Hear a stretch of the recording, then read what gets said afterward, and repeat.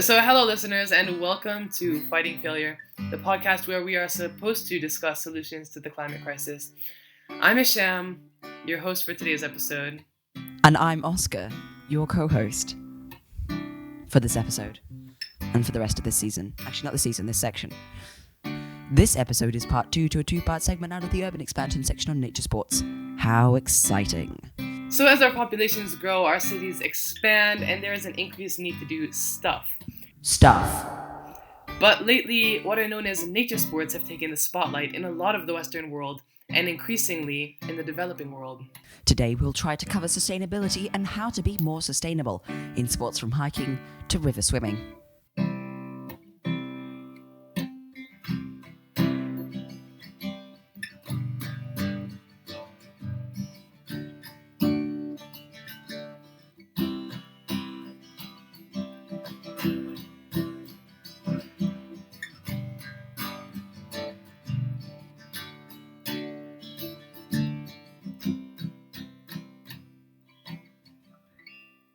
So, first off is hiking. Let's do this quick fire.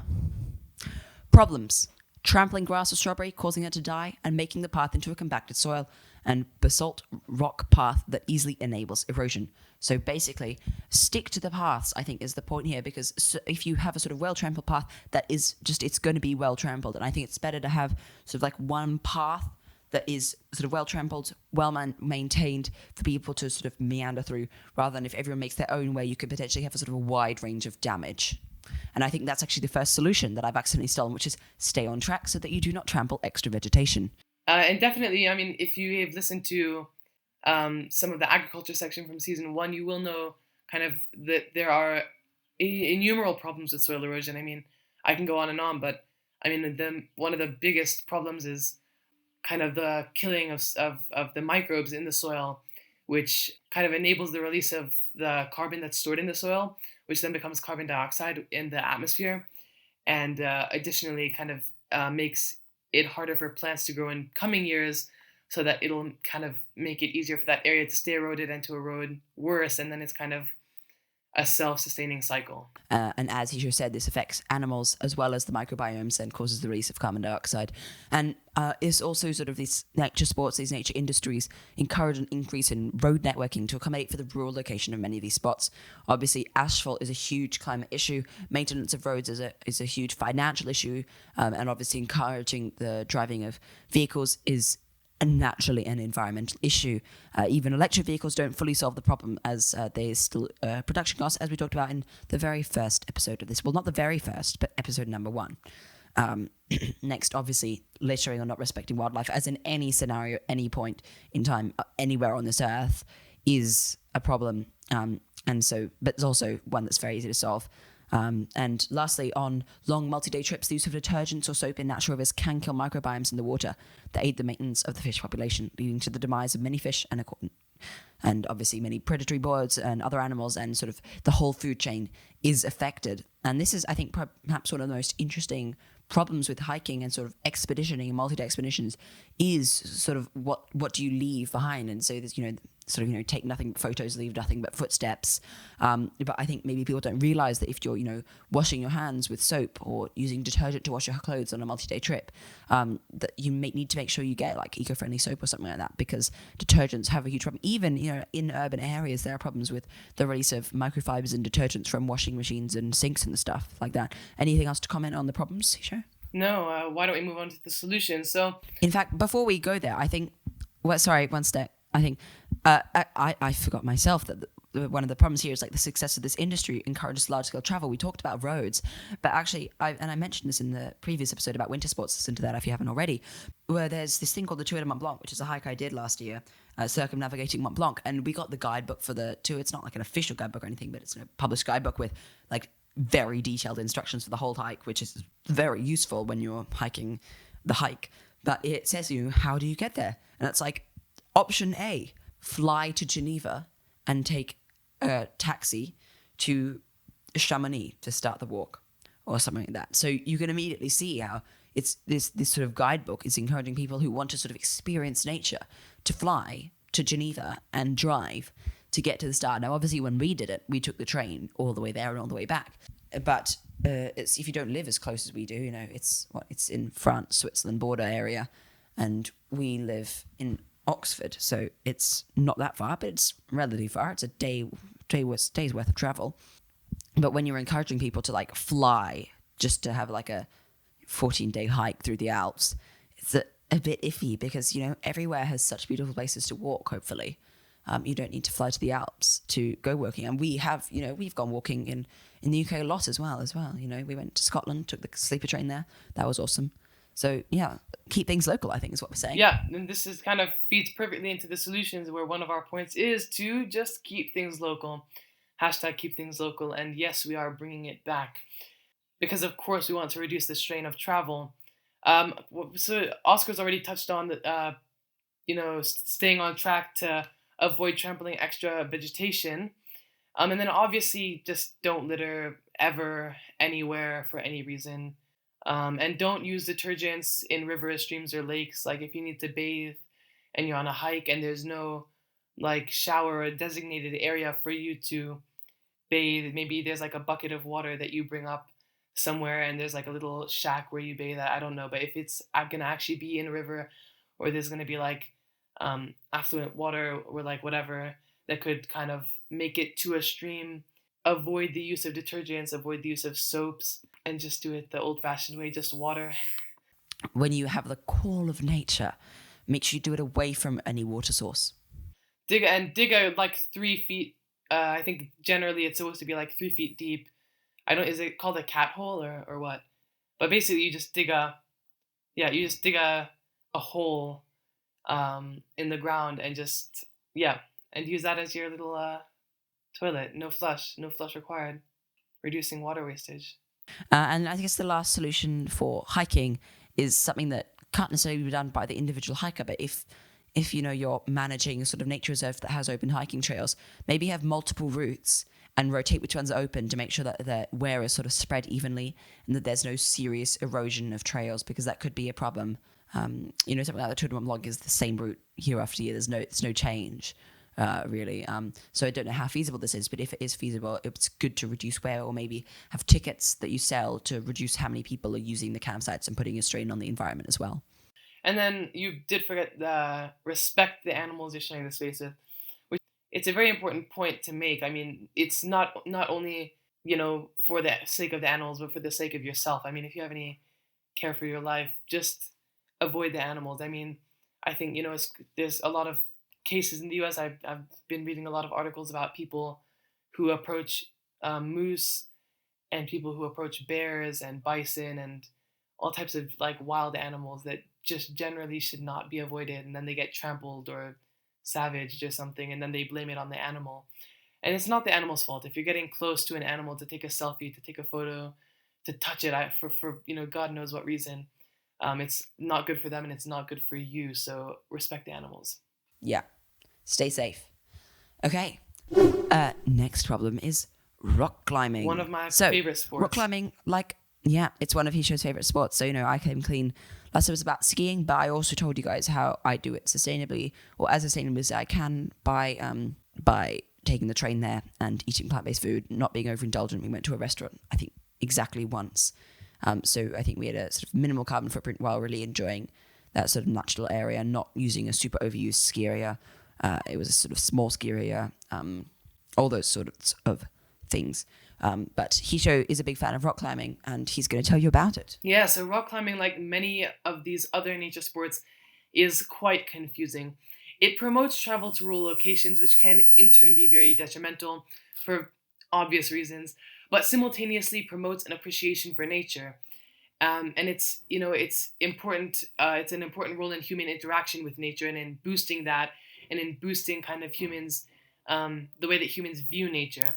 But kind of the main problems are, of course, increased travel strain. So people traveling to faraway locations, like there's a ton of sites in the U.S., in the West, in the deserts where you can go. There's all different types of climbing. I mean, there's these crazy locations. People go free climbing. People go like proper like rope climbing. People go lead climbing, and there's all these different places which are known for this. And so people think, well, this place is known for this, so that's where I need to go. And so there's this kind of increased travel strain and this kind of increased need to go places to kind of get that experience. And then the next point is human interaction with the rocks, reducing moss and lichen numbers. And moss and lichen are quite important in the absorption of CO2 and other pollutants, as well as the creation of microbiomes, and as a larger part of the greater ecosystem. There's certain animals that feed on lichen, even though it's quite low, has quite low number of nutrients, but nonetheless they are very important in our ecosystems.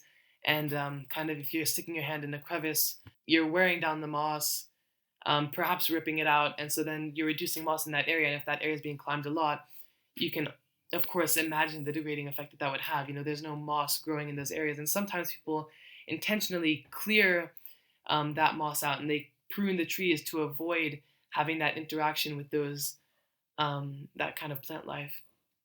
Oscar, do you want to take the last point?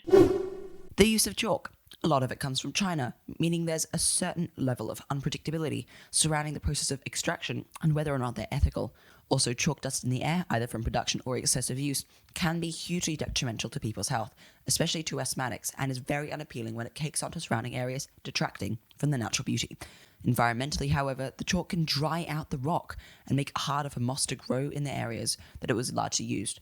Chalk has been proved to have degrading effects on soil quality when it accumulates in mass and yield to poor crop yield and limited tree growth. You know what, Hisham? I've just read this script that you've written here, and that's actually really interesting. And I'd never ever considered that chalk would be an environmental problem with rock climbing. But, the stuff about drying out the rock makes complete sense because people have the little chalk pouches and they use them to dry out their hands so they can grip the rock better. And so that's actually really interesting for me to hear. And that's definitely something that, because I don't usually learn things that much on these podcasts because I usually help write them and the like. And we're here to discuss it, to educate you guys. But I definitely learned something new today. But it also just makes complete sense. Like if you've got a ton of people rock climbing and they've all got this chalk pouch, like the chalk pouches, it's not huge, but it's like a soup bowl sort of size. And if that's full of chalk, I have one in my room, and someone uses all of that chalk, and then you have 1 million people rock climbing every year, you've got like 1 million soup bowls of chalk. And where is that ending up? That's ending up somewhere. And as you've said here, that could be in air, and that could impact people's health, or it could have environmental problems of like the moss, which is, as we said, a crucial part of the ecosystem. So that's really interesting. Thanks for that, Hisham. Yeah, of course. I'm glad that you've learned something. So the solutions, of course, number one on the list is keep things local. If you do something locally and you're listening to this podcast, post a picture and put the hashtag keep things local. And the next point is do not intentionally prune trees or remove moss to set roots. In a lot of cases, people remove moss, people remove lichen, and people remove trees to make the rock more barren and easier to climb, more practical for the climber. But I would say just embrace it as a challenge to have that moss there, and I find moss beautiful. I have little moss like gardens. I love transplanting moss. Just appreciate it and try not to remove it in the process of climbing, of course. And then next point is remove old bolts. So when you bolt a root, I don't know, Oscar, if you know about this, but basically they basically they go up the side of the mountain, they bolt the roots. It's just these metal bolts that people use when they're lead climbing or to kind of set the rope, whether it's via rappelling or via lead climbing. It's really the same thing. And then, over time these can rust, and then, the rust can have detrimental effects to like the, surrounding plant life, of course. So remove old bolts and then try to stick to the trail. So don't overclimb it. So try not to set too many routes. Try not to go off the route. Like if you're, on a kind of straight route, try not to go too far to either side. So you're kind of leaving the rest of the rock face kind of naturally intact. And of course, like I said just a couple seconds ago, do not overclimb it. So, try to avoid creating too much climbing traffic in the area. And lastly, make sure to minimize the use of chalk. Make it a challenge. Climb the rock with your sticky and sweaty hands. But if you do use chalk, make sure you bring an old toothbrush to try and clear it.